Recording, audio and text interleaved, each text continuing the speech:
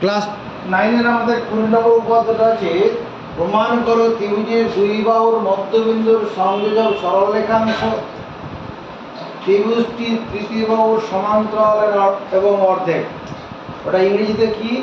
Prove that the line segment joining by the midpoints of two sides of triangle is equal to the half of the third side and parallel to the third side.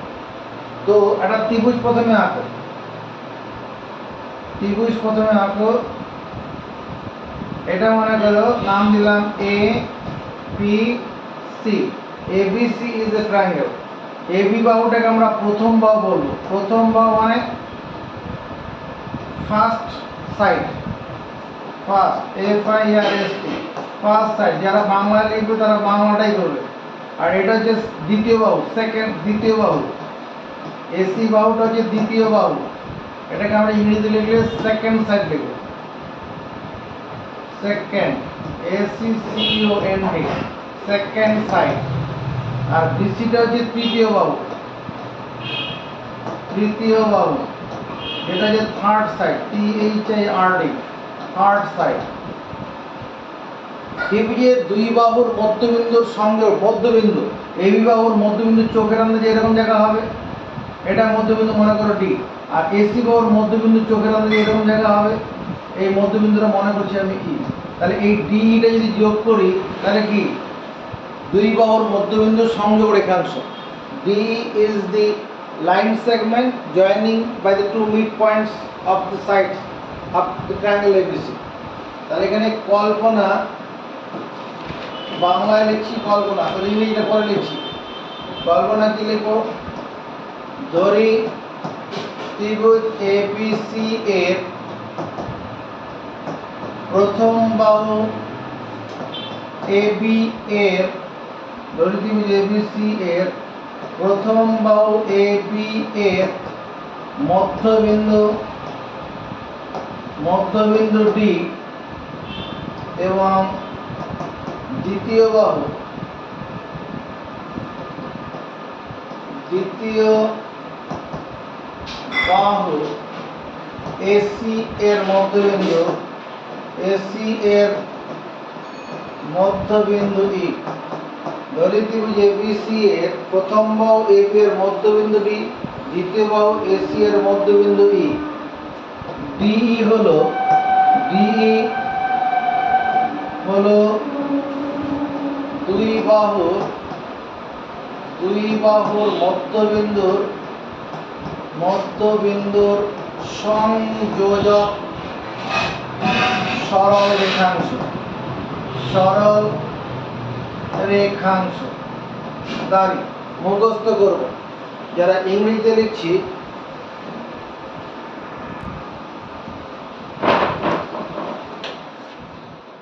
যারা বাংলা মিডিয়ামে পড়ছো তাদের ইংরেজিটা পড়তে হবে না। এবার কি? প্রামাণ্য বিষয়, প্রামাণ্য বিষয়। আমাকে প্রমাণ করতে হবে, প্রমাণ করতে হবে। কোশ্চেন কি ছিল? প্রমাণ করো ত্রিভুজের দুই বাহুর মধ্যবিন্দু সংযোগ সরলরেখাংশ, মানে এইটুকুন দৈর্ঘ্যটা ত্রিভুজের তৃতীয় বাহুর সমান্তরাল এবং অর্ধেক। তাহলে আমাকে প্রমাণ করতে হবে এই ডি যে সরল রেখাংশটা আছে এটা তৃতীয় বাহু মানে বিসি, তৃতীয় বাহু বিসি এর সমান্তরাল হবে, এটা প্রমাণ করতে হবে। এবং ডিই সমান হাফ বিসি, এটা প্রমাণ করতে হবে। উপরের রেখাংশটা না দিলেও হবে, এই উপরে দেওয়া মানে বাহুর দৈর্ঘ্য, বাহু বোঝানোর জন্য লিখে দিয়েছি। আমাকে প্রমাণ করতে ডিই সমান্তরাল বিসি, সমান্তরাল চিহ্ন, যারা কখনো বাড়ালে মিলবে না। সমান্তরাল, দুটো সরল রেখা সমান্তরাল বলবো যখন তাদের মধ্যে দূরত্ব সবসময় সমান থাকবে বা তাদের বাড়ালে কখনো মিলিত হবে না। এই দুটো জিনিস প্রমাণ করতে বলেছে, কোশ্চেনে তাই বলেছে।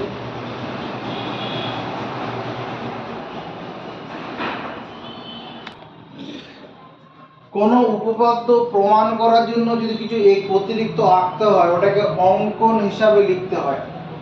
অঙ্কন কি হচ্ছে?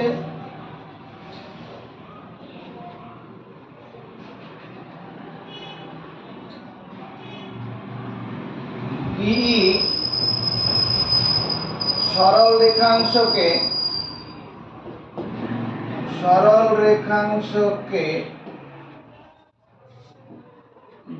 এফ পর্যন্ত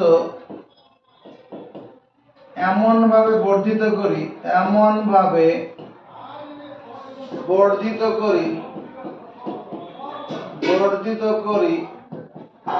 যেন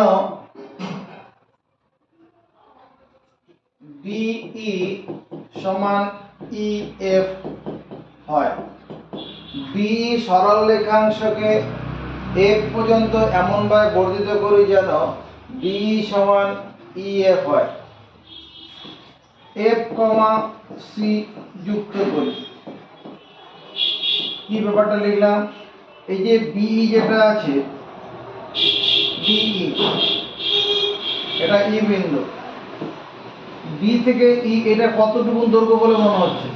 মনে করো এই দৈর্ঘ্যটা মনে করো 5 সেন্টিমিটার আছে, তাহলে সামনের দিকে 5 সেন্টিমিটার বাড়াবো। সামনের দিকে কতটা বাড়াবো? এর যদি 5 সেমি হয় 5 সেমি বাড়াবো, 3 সেমি থাকলে 3 সেমি বাড়াবো। এটা বাড়িয়ে এটার নাম দেবো এফ, তারপরে এফ কমা সি যোগ করব। এই কথাটাই লিখেছি এখানে। ডিই সরল রেখাংশকে এফ পর্যন্ত এমনভাবে বর্ধিত করি যেন ডিই সমান ইএফ হয়। ডিই যা আর ইএফটা দৈর্ঘ্য সমান হবে, আর কি এফ সি কমা এফ বা এফ কমা সি যুক্ত করি। বোর্ডের দিকে নজর রাখো। প্রমাণ কি করে করছি? প্রথমে এই যে দুটো ত্রিভুজ আছে, এই দুটো ত্রিভুজকে কনগ্রুয়েন্ট মানে সর্বসম প্রমাণ করব। কনগ্রুয়েন্ট মানে সর্বসম, সব দিক থেকে সমান। তাহলে ট্রায়াঙ্গেল ADE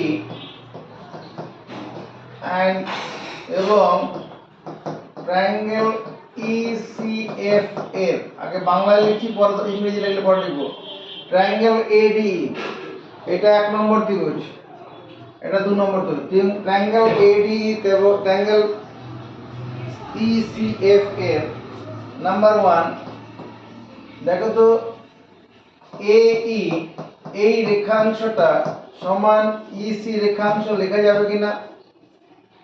AE সমান EC লেখা যাবে? যাবে। কেন যাবে? since E comma বা E is the midpoint, E বাংলায় লিখব তো, যেহেতু E হলো AC বাহুর মধ্যবিন্দু। কল্পনা দেখো লেখা আছে AC বাহুর মধ্যবিন্দু। E যদি AC বাহুর মধ্যবিন্দু হয় তাহলে লেখা যাবে কেন? লেখা যাবে তো। 2 নম্বর DE সাইড DE, এই DE রেখাংশ is equal to EF, এটা কেন লেখা যাবে? অঙ্কন অনুসারে, অঙ্কন দেখো করেছি, অঙ্কনের কোথায় লেখা আছে অঙ্কন? এই যে এখানে DE সমান EF, এর মাথায় দাগ দিতে পারো। অঙ্কনানুসারে অঙ্কনটা এইভাবে করা হয়েছে, DE সমান EF অঙ্কন অনুসারে। 3 নম্বর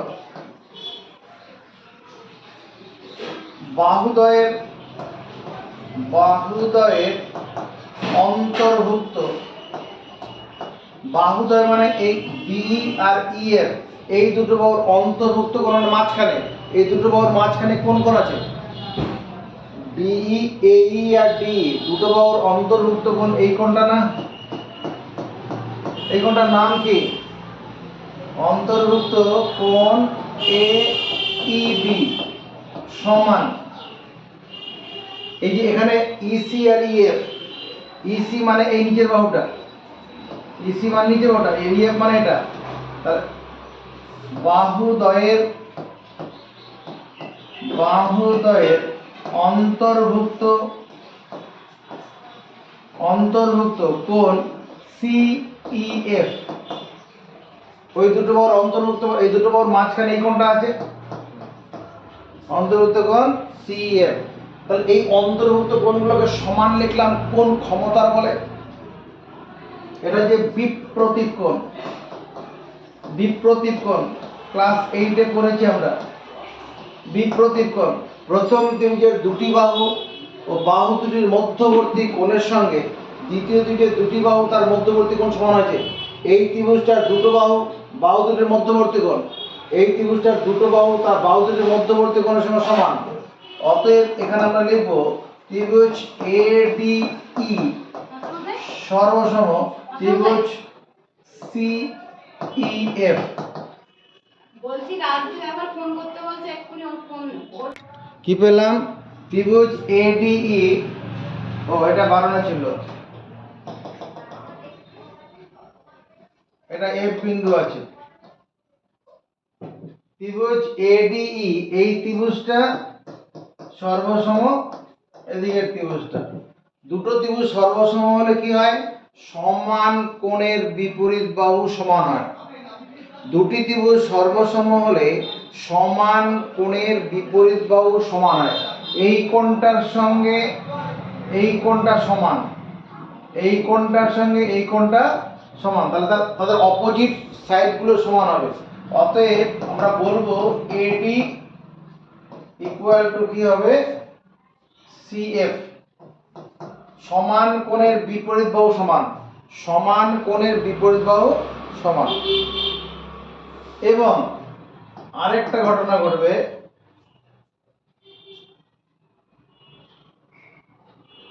সমান বাহুর বিপরীত কোণ সমান হবে। সমান বাহুর বিপরীত কোণ সমান। এদিকে তাকাও, এই যে ডিটা আছে, এই ডিটা, এই ডিটার সঙ্গে EF এই দৈর্ঘ্যটা সমান না? ডির সঙ্গে EFটা তো সমান, সমান বাহু অঙ্কন করেছি সেভাবে। তাহলে এর অপোজিট সাইড, অপোজিট অ্যাঙ্গেল যেটা, এই বাহুটার অপোজিট অ্যাঙ্গেল এটা, এই অ্যাঙ্গেলের নাম কি?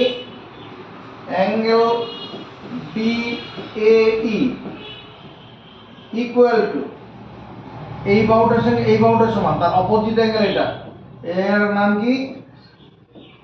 ECF। সমান বাহুর বিপরীত কোণ সমান। তাহলে এটা লিখতে পারি, তুমি তাই লিখবে শুধু, এবং এই জায়গায় অ্যান্ড লিখবে। এই যে এটা করলাম, BE angle BAE equal to angle ECF, angle BAE equal to একান্তর, একান্তর কোণ ECF লেখা যাবে না? একান্তর মানে অল্টারনেট অ্যাঙ্গেল, ইংরেজিতে লিখলে কোণ DAE equal to alternate, NAT, alternate angle ECF। Bangla মিডিয়ামে ছেলেদের এই কথা ইংরেজি লিখতে হবে না। তাহলে অ্যাঙ্গেল BAE এই যে কোণটা আছে, এই অ্যাঙ্গেলটা ইকুয়াল টু একান্তর কোণ ECF। একান্তর কোণ সমান এরকম, এই কোণটা কোণটা Z আকৃতির কোণ। তাহলে এই বাহুটার এই বাহুটা কি হবে? প্যারালাল হবে, সমান্তরাল হবে। একান্তর কোণ সমান হলে সমান্তরাল হয়। তাহলে এখান থেকে আমরা বলবো AD is parallel to CF। AD মানে AB parallel to CF। AB যদি CF এর সঙ্গে প্যারালাল হয়, তাহলে AB এর সঙ্গে CF টা প্যারালাল হবে। তার মানে BD parallel to CF।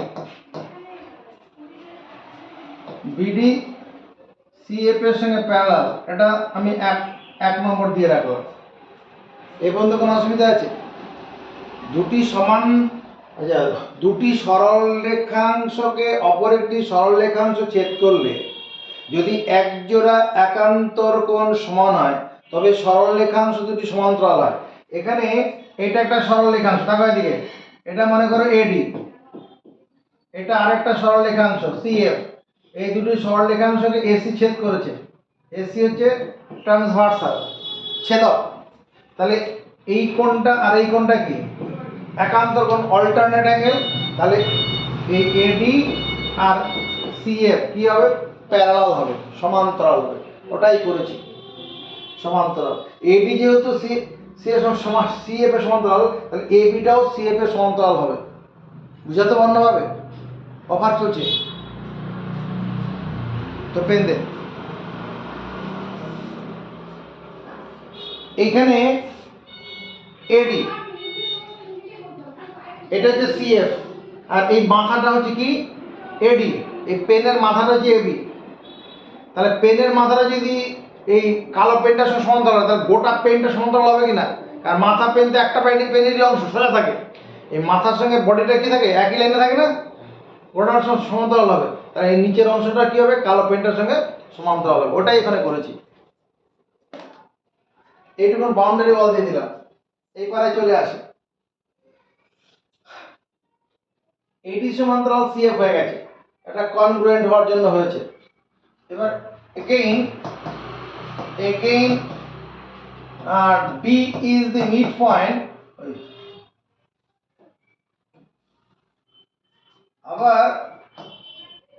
আবার D হলো AB বাহুর মধ্যবিন্দু, AB বাহুর মধ্যবিন্দু।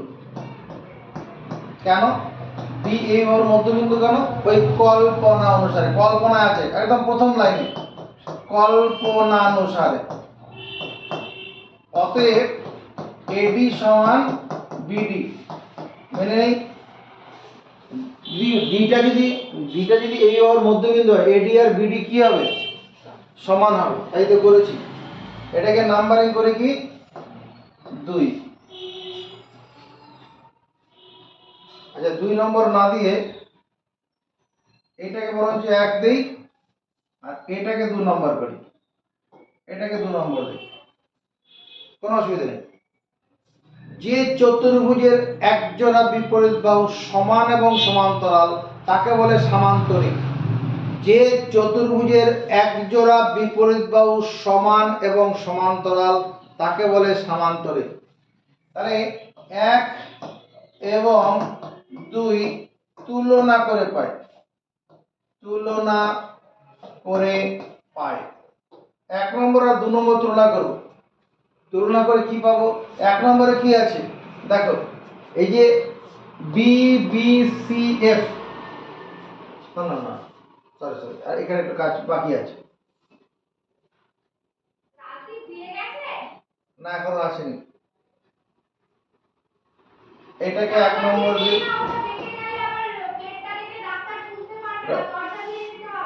এটা 2 নম্বর, এটাকে 3 নম্বর করো। 1 নম্বর কি নম্বরই করছি, 3 নম্বর, রোমান 3 হবে। 1 এর সঙ্গে 2 তুলনা করি, 1 এবং 2 তুলনা করে পাই, তুলনা করে পাই। 1 নম্বরের সঙ্গে 2 নম্বর তুলনা করে কি পাবো, বিডি সমান সিএফ লিখতে পারবো না? এখানে এডিটা কমন আছে, এখানে 2 এবং 1 তুলনা করো, 2 এবং 1 তুলনা করে পাই। 2 নম্বরে কি আছে, 2 নম্বরে যে বিডি সমান এডি, 1 নম্বরে এডি সমান সিএফ, এডিটা কমন আছে, ওটা বাদ চলে যাবে। বিডি সমান কি সিএফ, বিডি সমান সিএফ। এটাকে আমি নাম্বারিং করছি 4। স্যার হ্যাঁ এই জানলা দিয়ে দিস না, আমি দরজা দিয়ে নেব। এবার এটুকুন তো বললাম। 4 এবং ওটা 3 তুলনা করে পাই,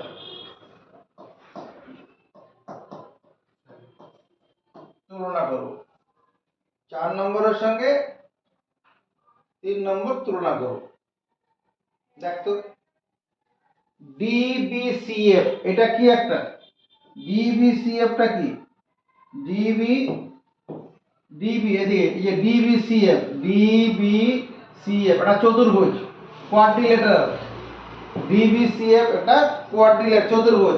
এর কি আছে, বিডি সমান সিএফ, বিডির সঙ্গে এই বিডির সঙ্গে সিএফটা সমান, আর এখানে কি আছে প্যারালাল। যে চতুর্ভুজের একজোড়া বিপরীত বাহু সমান এবং সমান্তরাল তাকে সামান্তরিক বলে, parallelogram. A quadrilateral is said to be a parallelogram if its one pair of side is equal and parallel. তাহলে অতএব বি সি এফ ডি হলো একটি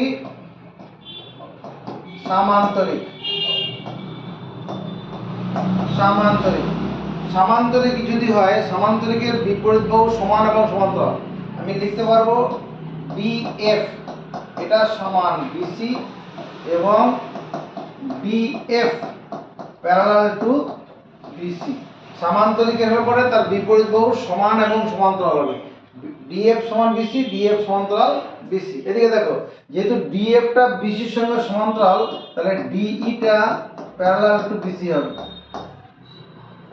ডিইটা ডিএফ এরই একটা অংশ, ডিইটা কি আছে ডিএফ এর একটা প্রমাণ হয়ে গেল। এদিকে দেখো, এবার এদিকে এই যে ডিএফ যেটা আছে এটাকে ডিই প্লাস ইএফ লিখলে ভুল হবে। ডিএফটাকে ডি থেকে এফ, ওটাকে ডিই প্লাস ইএফ লিখলাম, একই তো কথা। এই যে ইএফ আছে এর বদলে কি লেখা যাবে? এর বদলে ডিই লেখা যাবে। কেন লেখা যাবে? ইএফ এর বদলে ডিই কেন লেখা যাবে? অ্যাকর্ডিং টু কনস্ট্রাকশন, অঙ্কন অনুসারে। অঙ্কনে করেছি আমরা, বা এখানে এরকম লিখে দিই, যেহেতু DE equal to EF, DE equal to EF, বা অঙ্কন অনুসারে। x প্লাস x মানে কত হয়? 2x, আর ডিই প্লাস ডিই মানে 2d, 2d equal to BC. তারপরে লাইনে করছি DE equal to half BC. এটাই তো প্রমাণ করতে বলেছিল। এই যে ডি হচ্ছে তৃতীয় বাহুর সমান্তরাল, আর হচ্ছে ডি হচ্ছে তৃতীয় বাহুর অর্ধেক। এটা বাংলা লাগবে, ইংরেজি লাগবে?